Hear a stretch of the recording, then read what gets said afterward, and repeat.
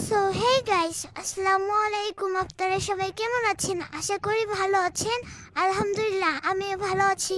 তো আজকে আমরা সবাই মিলে প্ল্যান করেছিলাম যে একটা জায়গায় ঘুরতে যাব।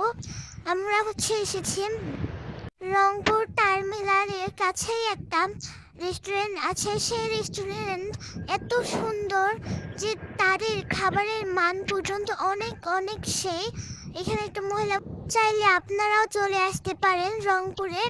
এখানে অনেক সুন্দর সুন্দর জায়গা আছে। এখানে ছবি তোলার মতো অনেক জায়গা আছে। যারা ভিডিও করে তাদের জন্য এই জায়গাটা অনেক পারফেক্ট হবে।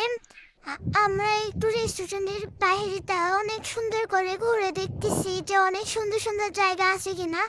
তো আমরা অনেক সুন্দর সুন্দর জায়গা পেয়ে গিয়ে আমাদের সাথেই থাকবেন আর পুরো ভিডিওটা দেখবেন। জাস্ট দেখেন, এখানকার অনেক অনেক সুন্দর জায়গা আছে যেখানে বলার মতো নেই না।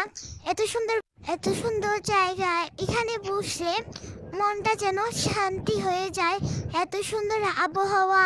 আমরা অনেকক্ষণ আনন্দ করলাম এবং অনেকক্ষণ বসেও ছিলাম। এখন আমরা রেস্টুরেন্টের ভিতরে আসলাম।